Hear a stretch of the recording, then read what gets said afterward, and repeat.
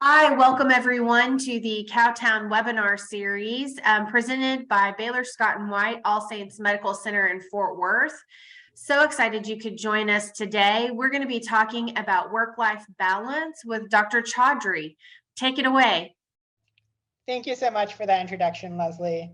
Hi, everyone. I'm Adeel Chaudhry, and I'm one of the resident physicians here at Baylor Scott and White All Saints Medical Center.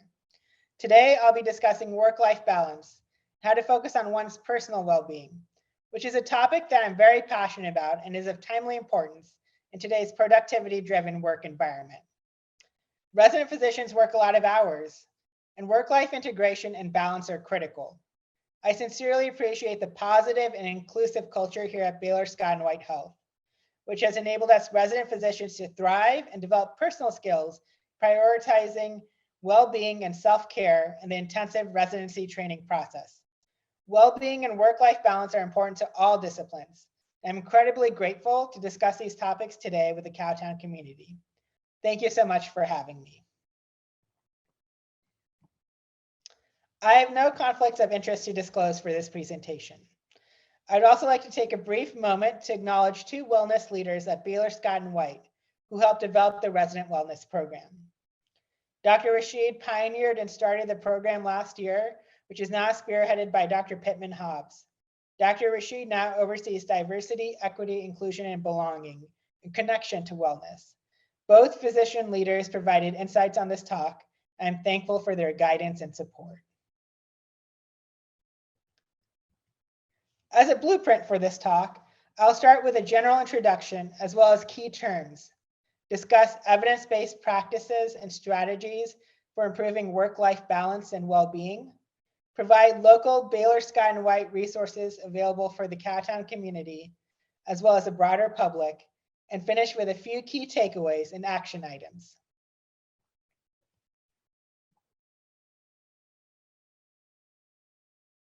To start, there are several different definitions per se of work-life balance. I'm personally keen on this definition of framing work-life balance as a minimization of work-related stress and establishing a stable and sustainable way to work while maintaining health and general well-being. Since it characterizes work-life integration as a continuous process rather than an endpoint, an equilibrium of sorts. It's important to note that there's not a singular right answer to work-life balance, and it is unique to everyone's priorities, work style, and circumstances. It'll continue to change throughout the progression of one's career. On a related note, wellness is the quality or state of being in good health, especially as an actively sought goal. While it may be generally associated with physical health, it is important to note that wellness is a much broader term and encompasses interdependent mental, social, and emotional aspects of one's health. Well-being is unique to every individual, so it is important not to characterize one's well-being by a single dimension. In turn, wellness is influenced by several factors, such as belonging and burnout. Per Dr. Rashid, belonging is a connection that makes one feel welcome, cared about, and able to express themselves. Therefore, a sense of belonging decreases stress, boosts satisfaction, and promotes work-life balance. In contrast, burnout is a physical and mental exhaustion caused by chronic workplace stress that mitigates personal fulfillment. There are several dimensions to wellness, 6 to 8 depending on the source you utilize. Among them, occupational wellness, of course, highlighting work-life balance. Other dimensions include physical wellness, intellectual, environmental, emotional, financial, social, and spiritual wellness as well. Again, no one's perfect, so it's important to consider all of these domains of wellness holistically and seek balance. Focusing narrowly on a singular dimension, such as physical wellness, may negatively impact other dimensions, such as emotional or social wellness, for instance, through experiencing weight stigmatization or body dysmorphia. So balance is key. Let's pause here briefly. Over the next 15 or so seconds, I would like you to consider which dimensions of wellness you would like to focus on to help achieve an equilibrium and improve your overall well-being.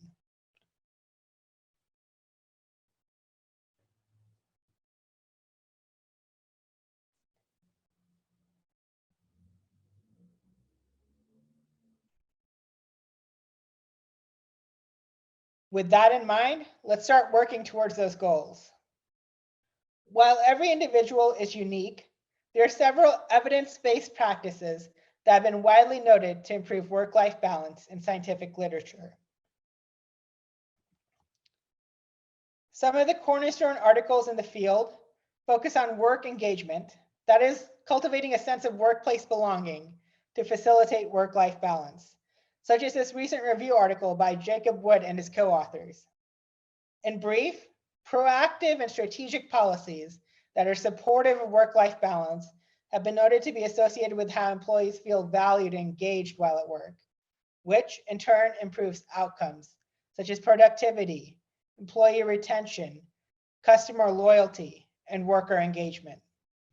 Possible interventions noted in the article include flexibility in work hours, such as the option to work remotely on occasion, employer-provided counseling services, and family days, where a set leaving time, such as 6 p.m., is established in advance. Worker engagement and work-life balance have a reciprocal relationship. For instance, within the running community, the ability to have physical wellness time to run may boost occupational wellness and productivity through increased energy, confidence, and positivity, and may increase intrinsic self-motivation. Correspondingly, it is important to mitigate burnout. Burnout has impacted several disciplines heavily, including medicine. Increasing clerical and documentation burden is one of the biggest drivers of burnout in medicine. In 2014, at least 54% of physicians reported some symptom of burnout, such as emotional exhaustion, depersonalization, or diminished sense of personal accomplishment due to work-related stressors. It is important to proactively mitigate these obstacles by, for instance, in the case of clerical burden, task shifting among team members to improve efficiency. One of the most salient talks I've encountered on this topic focused on opportunity cost. While someone may be reticent to say no to a workplace opportunity, it is important to note that every no is a yes to something else, be it family time or self-care time, such as an evening run. And in turn, when you say yes to something, you're inherently saying no to something else. Therefore, given limited time, it is important to prioritize your activities to maintain a work-life equilibrium. Having difficulty deciding when to say no or yes? Well, there are several sources of support available, including workplace coaching and mentoring. Coaches and mentors are similar in some regards. Both encourage self-improvement, but coaching is usually more highly structured, in the moment, and is performance-driven. Coaches focus on specific and measurable outcomes. Mentoring tends to be more directive, while coaching tends to be more non-directive. So essentially, in more layman terms, a mentor is more likely to do the talking, while a coach is more likely to pose questions and have the individual whom they're coaching do most of the talking. Journaling has also been noted to reduce stress and anxiety, track progress and growth, prioritize goals, and improve self-awareness. Meditation has been noted to have similar benefits. In essence, workplace culture forms the foundation of well-being and cultivating work-life balance. Here's a clip of Dr. Tate Shanafelt, who is the Chief Wellness Officer at Stanford Medicine, briefly discussing the importance of cultivating a culture of wellness, specifically belonging and work-life integration, and how it creates a ripple effect to improve outcomes. These comments were originally made at a symposium at MD Anderson in 2017.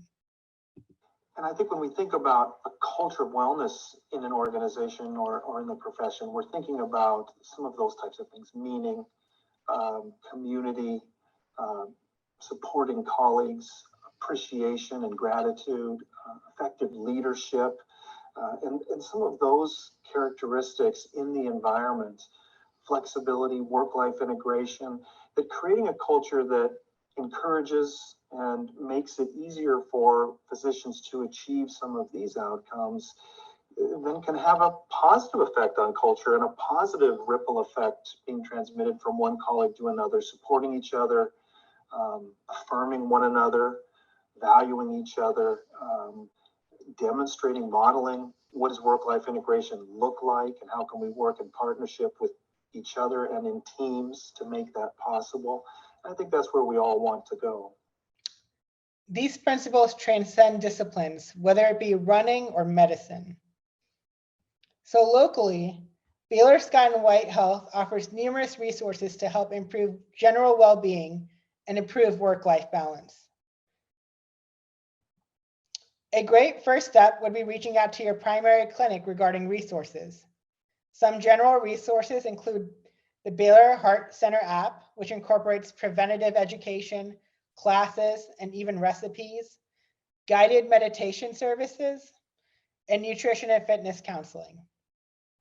Several other resources focused on other dimensions of wellness, such as financial literacy, are available within the broader Fort Worth community as well. So to reflect briefly, key takeaways from this talk include that there is no single right answer to maximizing work-life balance. It is specific to each individual and is helpful to use evidence-based practices such as journaling or workplace coaching to improve work-life integration. Therefore, here are a few key feasible action items that you can focus on in the coming week, including trying to journal for 20 minutes for 3 days this coming week. Feel free to write in stream of consciousness. And on your next run, be proactive about self-reflection for 10 minutes. Consider workplace coaching or other resources as well. Thank you again for the opportunity to speak with you all today regarding work-life balance. It's a continual process, one that I personally, as well as my mentors, Dr. Rashid and Dr. Pittman-Hobbs, work on continuously ourselves.